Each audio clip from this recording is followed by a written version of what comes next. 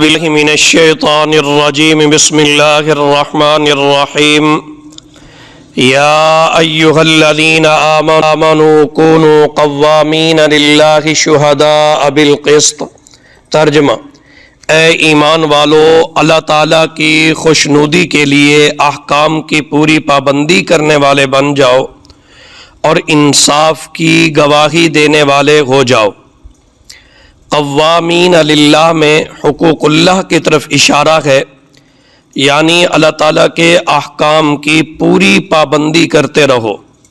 للہ یعنی اللہ کی رضا حاصل کرنے کے لیے، اور شہداء بالقسط میں حقوق العباد کی طرف اشارہ ہے، یعنی عدل و انصاف کے لیے گواہی دو۔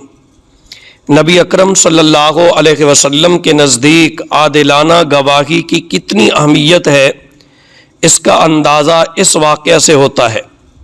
سیدنا نعمان بن بشیر رضی اللہ عنہ بیان کرتے ہیں کہ میرے والد نے مجھے کچھ مال کا عطیہ دیا اور میری والدہ عمرہ بن رواحہ نے کہا کہ میں تو اس وقت تک خوش نہ ہوں گی جب تک آپ صلی اللہ علیہ وسلم کو اس پر گواہ نہ بنا لیں۔ میرے والد آپ صلی اللہ علیہ وسلم کی خدمت میں اس مقصد کے لیے حاضر ہوئے تو آپ صلی اللہ علیہ وسلم نے فرمایا: اَكُلَّ وَلَدِكَ نَحَلْتَ مِثْلَهُ، کیا تم نے اپنی تمام اولاد کو اس طرح کا عطیہ دیا ہے؟ انہوں نے کہا نہیں۔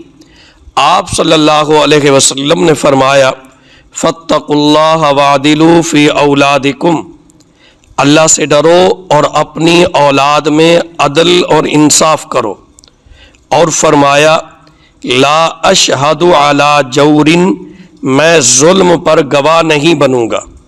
بخاری شریف حدیث نمبر 2587، مسلم شریف حدیث نمبر 1623۔ معلوم ہوا کہ ہر معاملہ میں اور ہر ایک کے ساتھ انصاف ضروری ہے، خواہ کوئی اپنا ہو یا بیگانہ۔ عدل و انصاف کسی حالت میں اور کسی بھی معاملے میں چھوٹنے نہ پائے، اور پھر جو گواہی ہے وہ سچی ہونی چاہیے۔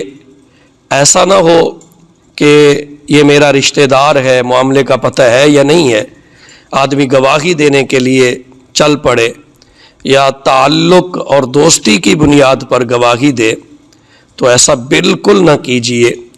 آج آپ اس تعلق کو نبھانے کے لیے جھوٹی گواہی دے لیں گے، جھوٹی قسمیں اٹھا لیں گے، لیکن یاد رکھیے ایک عدالت کل قیامت والے دن بھی لگنے والی ہے، اور اللہ تعالیٰ قرآن مجید میں فرماتے ہیں وہاں تو سگے ماں باپ بھی کام نہیں آئیں گے، یہ تعلق تو دور کی بات ہے۔ اور ایک مقام پر فرمایا کہ وہاں کوئی جگری دوست کسی دوست کے کام نہیں آئے گا، بلکہ فرمایا پوچھے تک گا نہیں بھئی تو کس حالت میں ہے۔ اس لیے کسی کے لیے اپنی آخرت کو خراب مت کیجیے۔ اللہ تعالی ہمیں سمجھنے کی اور عمل کرنے کی توفیق عطا فرمائے، آمین ثم آمین۔